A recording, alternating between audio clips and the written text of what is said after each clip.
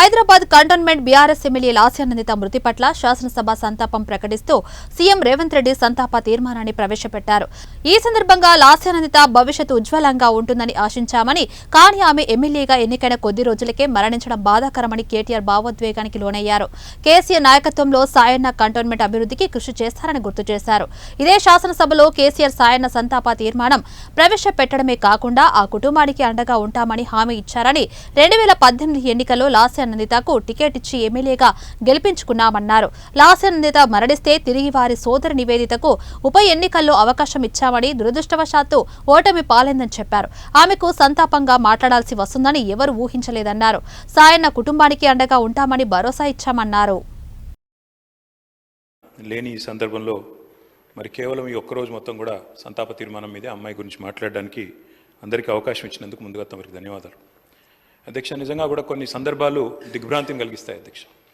ఇవాళ జ్ఞాని సాయన్న గారు ఇప్పుడే ముఖ్యమంత్రి గారు చెప్పినట్టు ఒక సీనియర్ శాసనసభ్యుడు, 5 సార్లు గెలిచిన మంచి వ్యక్తి, మృదు స్వభావి, ఎప్పుడు ఎక్కడ ఎవరిని కలిసినా ఏ పార్టీలో ఉన్నా ఒక అజాత శత్రువుగా మంచి పేరు తెచ్చుకున్న వ్యక్తి జ్ఞాని సాయన్న గారు అధ్యక్ష.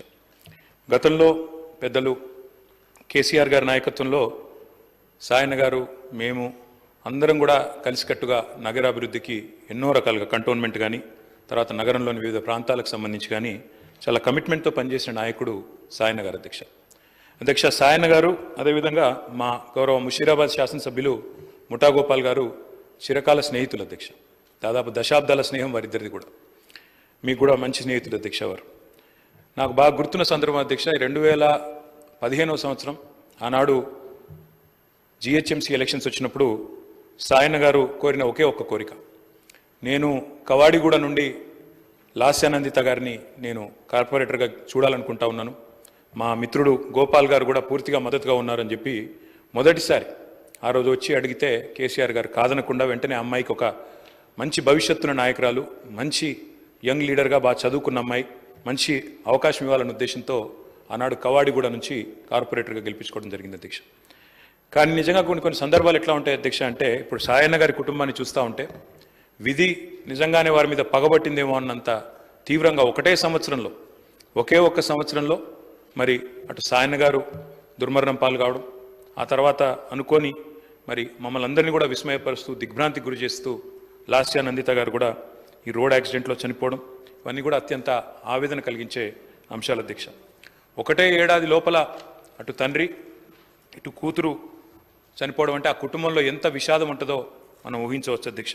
కానీ చాలా చురుకైన అమ్మాయి అధ్యక్ష. ఆనాడు కార్పొరేటర్గా జిహెచ్ఎంసీలో పనిచేసిన, తదనంతరం సాయన్న గారు కొంత ఆరోగ్యం బాగలేకుండా అధ్యక్ష, బాగా డయాబెటీస్ ఎక్కువై చివరికి లెగ్ యాంపిటేట్ చేయాల్సిన పరిస్థితి వచ్చినప్పుడు కూడా ఒకవైపు నందిత, మరొక వైపు నివేదిత, ఇద్దరు అమ్మాయిలు పాపం ఆయనతో ఎల్లవేళలా ఎక్కడికి ఏదైనా మీటింగ్కి వచ్చినా, ఆఫీస్కి పోయినా, మంత్రులను కలిసేదున్నా లేదా అధికారులను కలిసేదున్నా ఇద్దరు అమ్మాయిలు కుడి భుజం ఎడమ భుజం మాదిరిగా ఆయనకి రెండు వైపులా ఉండి తీసుకొని పోయేవాళ్ళు అధ్యక్ష. మా దగ్గర కూడా చాలాసార్లు ముగ్గురు కలిసే వచ్చేది.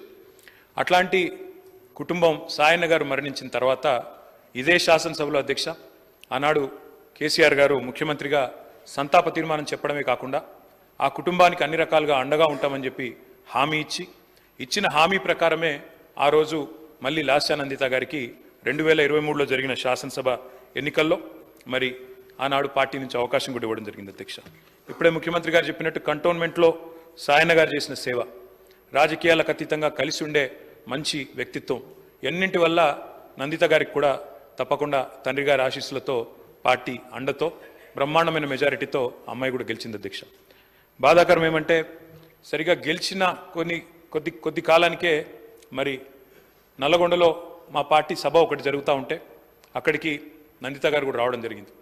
ఆ రోజు కూడా రోడ్ యాక్సిడెంట్ అయింది. తన కారుకి పూర్తి స్థాయిలో ధ్వంసమై అమ్మాయి స్వల్ప గాయాలతో బయటపడ్డా కూడా మరి చాలా ఇబ్బంది పడ్డది అధ్యక్ష. చాలా మనోవేదనకు కూడా గురైంది. తదనంతరం వాళ్ళ ఇంట్లో కూడా ఒక చిన్న యాక్సిడెంట్ అయింది. వరుసగా ఏదో పగబట్టినట్టే నల్లగొండలో ప్రమాదం, తర్వాత అక్కడ లిఫ్ట్లో ప్రమాదం, ఆ తర్వాత మళ్ళీ అనుకోకుండా ఈ ఓఆర్ఆర్ మీద జరిగిన రోడ్ యాక్సిడెంట్లో అమ్మాయి మరణించడం జరిగింది అధ్యక్ష. మేము ఆ రోజు పార్టీగా మాట ఇచ్చి సాయన్న గారి కుటుంబం మా కుటుంబమే అని చెప్పి ఆనాడు సాయన్న గారి తర్వాత లాస్యానందిత గారికి పార్టీ అవకాశం ఇచ్చింది అధ్యక్ష. అమ్మాయి గెలిచింది. దురదృష్టవశాత్తు ఏడాది లోపలే అమ్మాయి మరణిస్తే తిరిగి వారి సోదరి నివేదిత గారికి మొన్న జరిగిన ఉప ఎన్నికల్లో కూడా అవకాశం ఇచ్చింది అధ్యక్ష పార్టీ నాయకత్వం కేసీఆర్ గారు.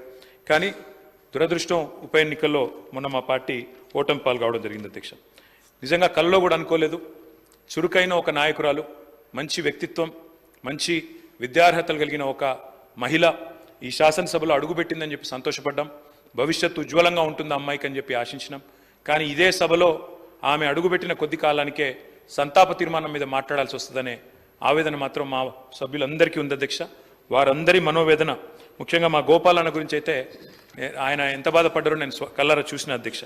అందుకే ఇలాంటి క్లిష్ట పరిస్థితుల్లో సాయన్న గారి మరణం తర్వాత మేమందరం కూడా ఆ కుటుంబానికి అండగా నిలబడాలని పార్టీగా నిర్ణయం తీసుకున్నాం. తర్వాత నందిత గారు, తర్వాత ఇప్పుడు నివేదిత గారు, వారి కుటుంబానికి ఈ రోజు అయితే కాదు అధ్యక్ష, భవిష్యత్తులో కూడా సంపూర్ణంగా అండగా ఉంటాం. ఈ సంతాప తీర్మానాన్ని పూర్తిగా బలపరుస్తూ ఆ కుటుంబానికి మనోధైర్యం భగవంతుడు ప్రసాదించాలని, లాస్య నందిత గారి ఆత్మకు శాంతి చేకూరాలని ప్రార్థిస్తా ఉన్నాం అధ్యక్ష. జిల్లా మినిస్టర్